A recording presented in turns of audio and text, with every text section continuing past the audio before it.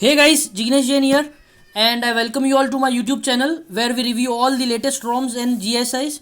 So currently, as you can see, it's Dubfest ROM based on Android version 10 with Android security patch level of 5th June 2020, and this is the latest available from the Dubfest. So without wasting your time, let's head over to this ROM features. But if you haven't yet subscribed to my channel, please subscribe, hit the bell icon, and also like this video so that you can easily get my latest videos. So let's continue. Now, as you can see, it is based on 5th June patch level, security patch level. It has the latest version and kernel version and build number has been given if you want to note down. This Dubfest ROM is available for major of the Android phones, but if you don't have the Android phone, you can also use the GSI ROM if you want to. Now, as you can see, the quick setting panel, it's totally changed and it's revamped to the Android 11 look. Yes, the quick setting panel looks like Android 11, and you also have an options to change the details from here if you want to in the quick setting itself. But unfortunately, I don't see an option for what we say less entering notifications and all. So yeah, only this for the quick setting panel. You can add the custom icons from here if you want to. There's an option for that.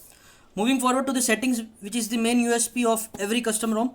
Everything else would be same, so I won't be going into everything else.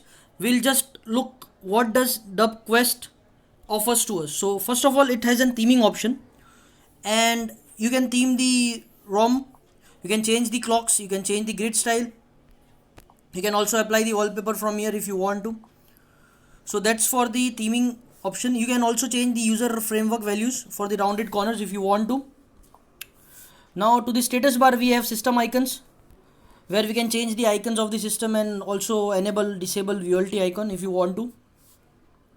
We also have status bar logo and network traffic display, so that can be used if you want to.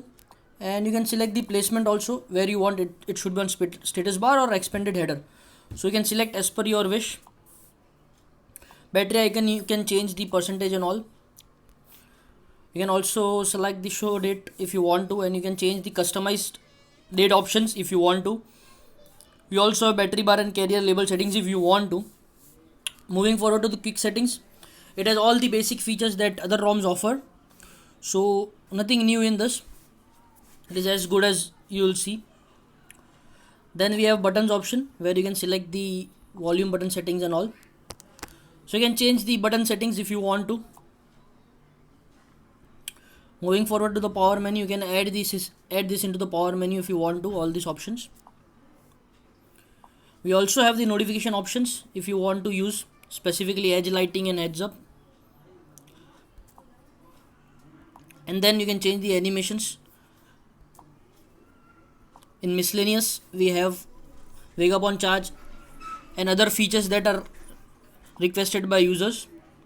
And in about, you can see about the developers and the ROM user. So that's it guys for this particular ROM. I don't see anything else. Yeah, it's smooth and it's customized for gaming if you want to use it for the gaming options.